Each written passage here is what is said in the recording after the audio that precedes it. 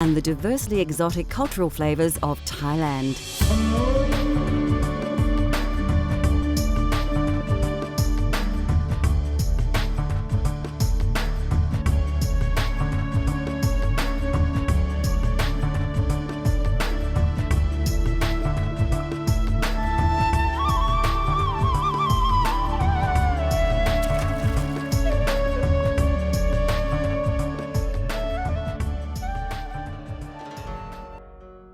Thailand lies in the heart of Southeast Asia, and for centuries it was an important trade stop-off between India and China. Throughout its rich history, Thailand has been shaped by the cultural influences of its neighbours and trading partners. The Vietnam food is some place is quite similar of Thai food, and they have a spicy, but some places didn't eat spicy like Thailand, and didn't use the same ingredient of Thailand. It's some quite similar, and Cambodia food is different than us as well. So Thailand is quite spicy than more any Asian country. Thai food combines centuries-old Eastern traditions with more recent Western influences. Yet this cuisine is truly recognised around the world as being quintessentially Thai.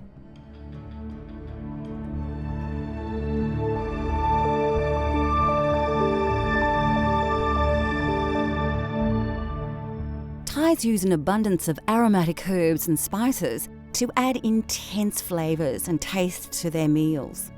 Garlic, lemongrass, turmeric and kaffir lime leaves are the main ingredients in curry paste, but they're also commonly used in stir-fries, salads and tom yam. Galangal, which is similar and often used instead of ginger, is extensively used across Thailand in curry paste and tom yam. Thais often add young ginger to their soup or to brew a refreshing tea. As ginger and galangal roots age, their flavour intensifies, but their flesh becomes more fibrous. Krachai, commonly known as finger root or Chinese ginger, is often included in curry pastes or finely sliced and added to stir-fries. In the West, fresh krachai can be hard to find, and it is often only available pickled or frozen. Thai basil, which is stronger in taste than the Italian variety, can be identified by its darker leaves and purple flowers and stems. Considered to have a subtle licorice or mint flavour, this sweet basil is used in many Thai dishes. Another fragrant herb with many uses is coriander. The leaves can be used as an ingredient and garnish, while the stalks are often ground into curry pastes and sauces. Thai cuisine is well known for being spicy. Chili is of course widely used throughout the region and was introduced by Portuguese missionaries only in the 17th century. Generally, the smaller chilies are the hottest, with the tiny red bird's eye chilies, also sometimes referred to as Thai dragon chili, being the hottest of them all. Long red, green and yellow chilies are generally sliced and added to stir-fries, salads and curry paste, with the green variety tending to be milder than the red. To create authentic tasting Thai curries, first you need to create a fresh curry paste to use as your flavour base in your curry dishes. We are going to show you the secret of an authentic red curry paste. If we make curry paste in Thailand, it's really easy. Most of the country people make their own curry paste every day. But in the Bangkok people, sometimes they buy it from the market. It's already made. But it's more the kitchen. Nearly every kitchen, if they do their own curry paste. In Thailand, it's easy to find a herb for doing curry paste.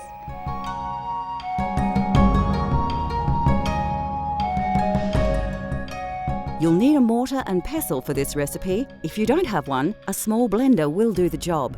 You'll also need a variety of spices and vegetables that you may only be able to get from your local Asian grocer or market. When you select your ingredients, fresh produce may not always be available, but many ingredients also come in 3 varieties: frozen, pickled or dried. And remember, if you're using dried chilies, you will need to soak them in water for a few minutes to soften them.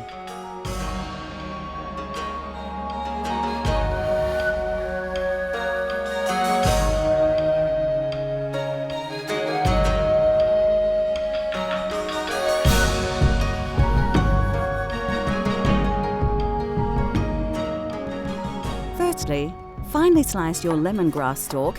Take care to cut it as small as possible so it grinds well in the mortar and pestle. Do the same with the galangal, again slicing as finely.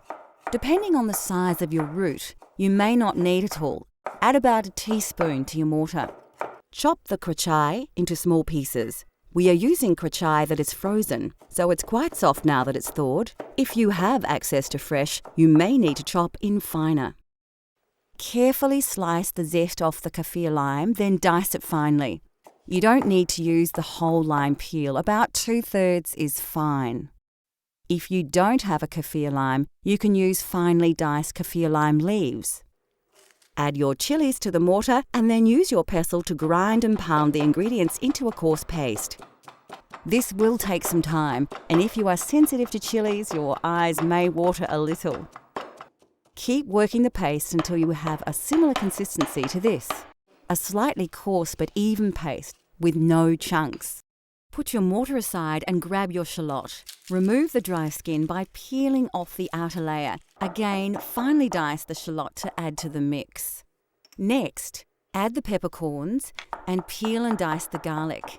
Once you've added the garlic to the mortar, it's time to work the contents into the paste. It's important to ensure that you have an even textured paste. If you are finding the mortar and pestle hard going, you can use a small blender to save time and your arm. Once you have a smooth paste, add the shrimp paste. Work it into the mix with the pestle. You can use a spoon to keep the paste off the sides of the mortar. Once it's well mixed, you have an authentic Thai red curry paste. Transfer your paste into a dish so you can use it later. We'll use ours to make a red curry later in the show. Freshly made curry paste will keep in the fridge for about a week.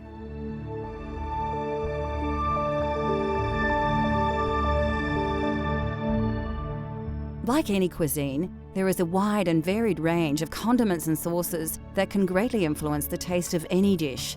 One of the most important ingredients in Thai culinary culture is fish sauce, a salty and intensely flavoured sauce derived from fermented fish, salt and water. Other condiments include soy sauce, lime paste, shrimp paste, vinegar, peanuts and various dried and pickled produce. Dried shrimp and shrimp paste, pickled fish and chilies, even pickled peppercorns may seem unusual and exotic to Western tastes, but are commonly found in popular Thai dishes. Still to come on Cultural Flavours Thailand, we spice things up with a tasty red curry, explore the mouth-watering array of Thai fruit and vegetables, and we get cooking with noodles.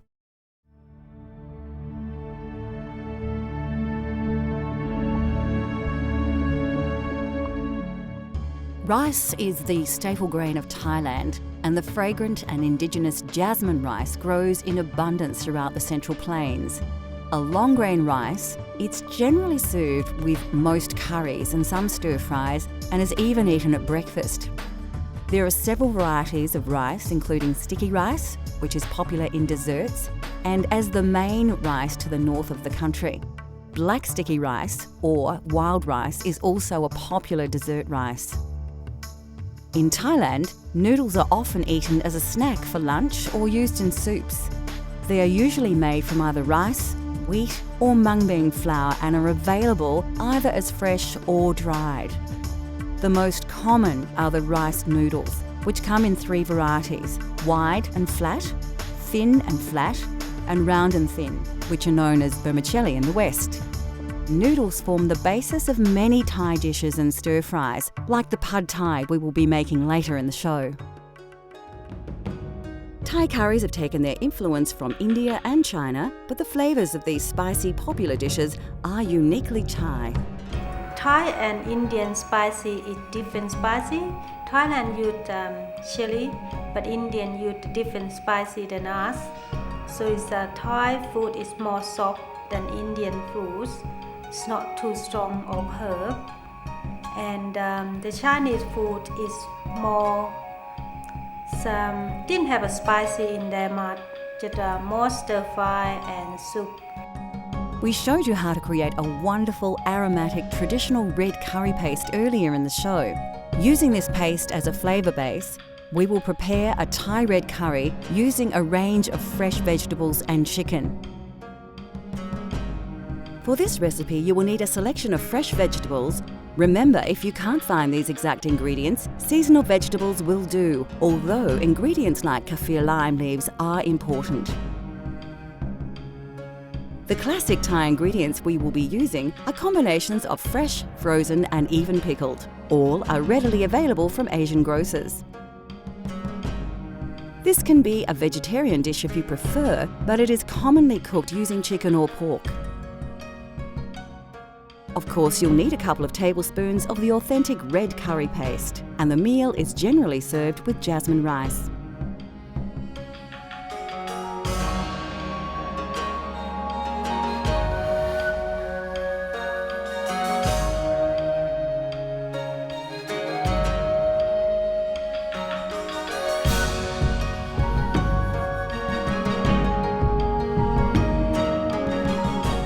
Firstly, you'll need to prepare all your ingredients.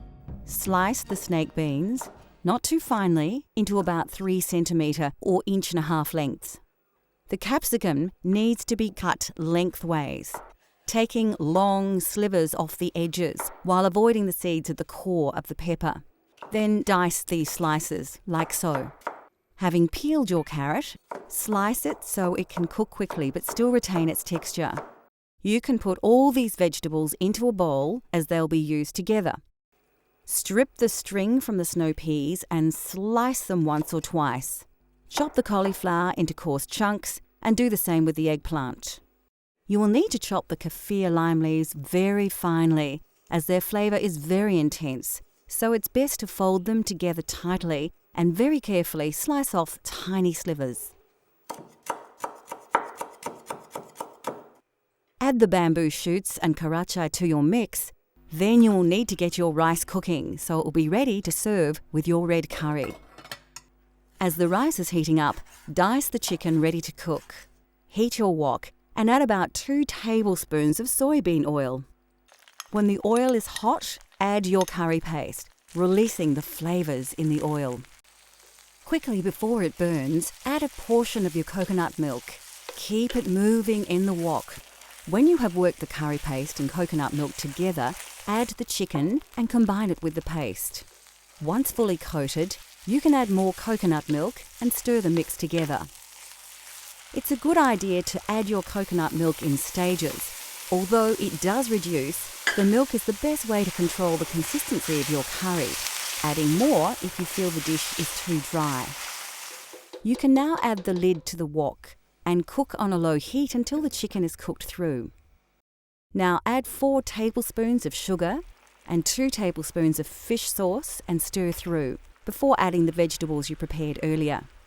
You can add the diced vegetables all at once, but ensure you stir them thoroughly. Return the lid and simmer, steaming the vegetables for about 5 minutes. Be careful not to stew the curry, so watch the heat. We don't want to overcook the fresh vegetables. Finally, add the green pickled peppercorns and pick the leaves from your bunch of Thai basil. Mix the ingredients together quickly, as you don't want to cook the basil, just warm it enough to release its flavour into the curry. By now, your rice should be cooked and the dish is ready to be served. It is traditional in Thailand to serve the curry in one large dish and place the rice in another. Diners will then serve this into smaller bowls. So there you have it, Thai red curry with chicken and jasmine rice using an authentic, fresh, homemade red curry paste.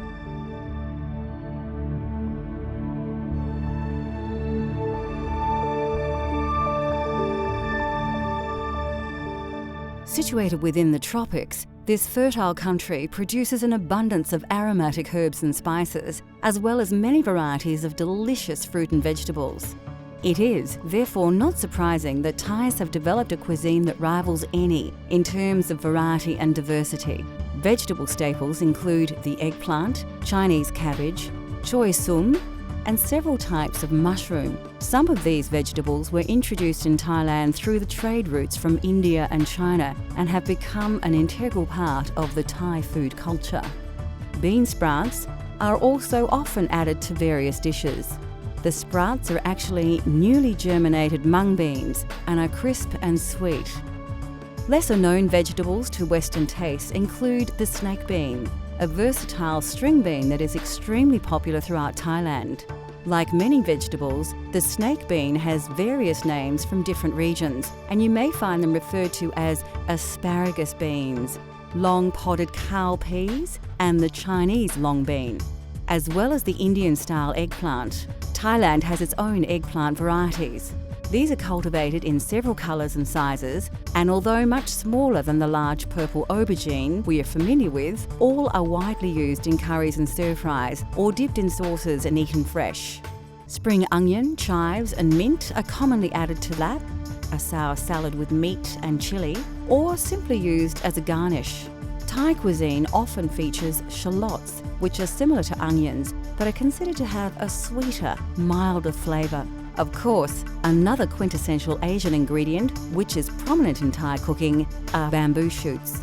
Shoots are used fresh or pickled and are usually sliced thinly, as they can have a woody texture, especially near the pith. Next on Cultural Flavours Thailand, we fire up the wok and our taste buds as we prepare a Thai family favourite and the country's national dish. Plus, we explore the many wonderful and exotic tropical fruits of Thailand. Pad Thai is a simple, flavoursome dish that is easy to prepare, healthy to eat, and most ingredients are readily available. In Thailand, we eat a lot of Pad Thai. Some people eat it for snack and lunch, dinner, but sometimes it's evening sup, like the nighttime sup. They have an all day, all night sale, and it's more popular in the easy way to make, and it's easy to buy everywhere. Have a Pad Thai, and it's quite heavy and solid meal as well.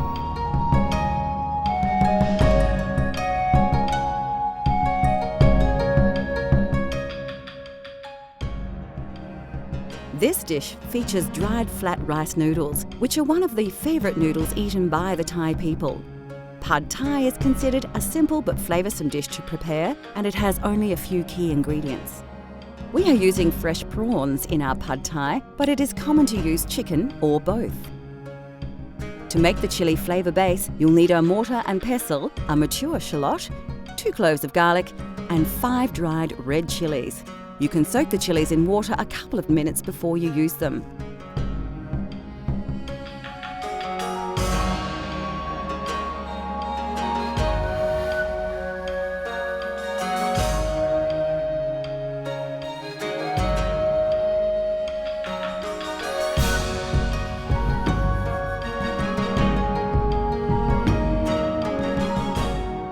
The first secret to an authentic Pad Thai is to create your chilli flavour base. Take a shallot and peel the dry skin and outer layer off. Finely chop the shallot and place it in your mortar. Peel and chop your garlic cloves and add them to the mix with the chillies. Pound and grind the ingredients in your mortar and pestle until you have a coarse paste, much like the red curry paste we prepared earlier. Then put it aside to use later. Slice the garlic chives into short lengths of about 3 centimetres or 1.5 inches and place them to the side. Now it's time to fire up your wok and add the soy oil. It's a good thing to remember that Pad Thai has 2 distinct styles, a drier, lighter dish and a heavier, oilier version more popular in the West. When the oil is hot, add your chilli paste you prepared earlier.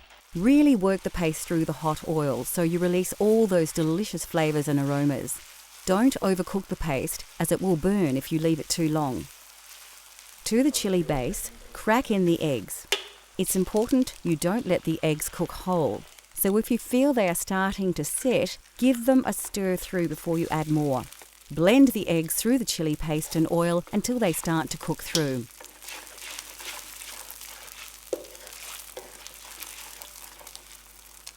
The prawns go into the wok next. It's a good idea to check the heat here to ensure you don't burn the eggs and keep stirring them so they don't stick to the wok. Like all seafood, prawns cook quickly, so work them into the mixture until they are almost cooked through. Now it's time to add the noodles. They should be slightly soft now. Be careful to have them well drained, as wet noodles will cause the oil in the hot wok to spit. Lift and mix all the ingredients well.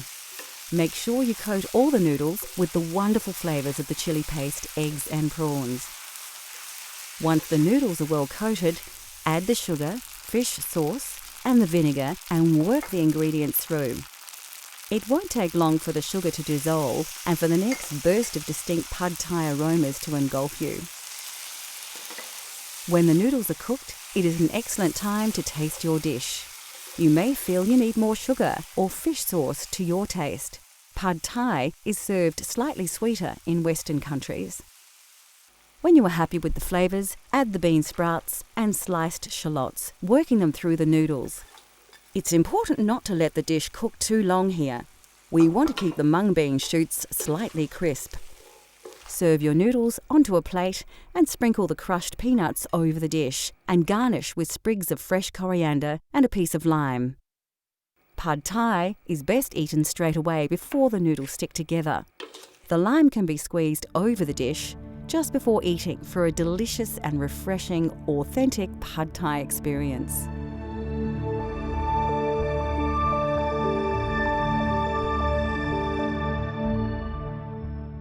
In Thailand, limes are used exclusively as an ingredient rather than lemons. They grow easily in the tropical climate and the fruit has multiple uses. Kaffir limes are distinctively recognisable with their bumpy textured outer skin. The zest of the peel is often added to curry pastes and the fruit are sometimes thrown in whole to dishes such as tom yam. Of course, we have already mentioned coconut milk and cream. The flesh of a coconut is grated and boiled with water and strained through a cloth under pressure to produce the milk and cream so synonymous with southern Thai curries. And finally, it is customary to serve fresh fruit after a meal, and in Thailand there are many wonderful and exotic fruits to enjoy. Delicious produce to tempt already satisfied diners include such treats as large ripe papaya, the sweet and tangy mangosteen, fleshy but sweet rambutans, and many tropical delights common to that part of the world. Indigenous to India, the mango is appreciated for its juice, flavour, fragrance and colour. Green mangoes are often included in curries, relishes and soups, while ripe mangoes are eaten as they are or served with sticky rice and enjoyed as a dessert. Throughout its rich history, Thailand has taken many influences from other regions of the world, yet Thais have successfully adopted these ingredients and flavours as their own.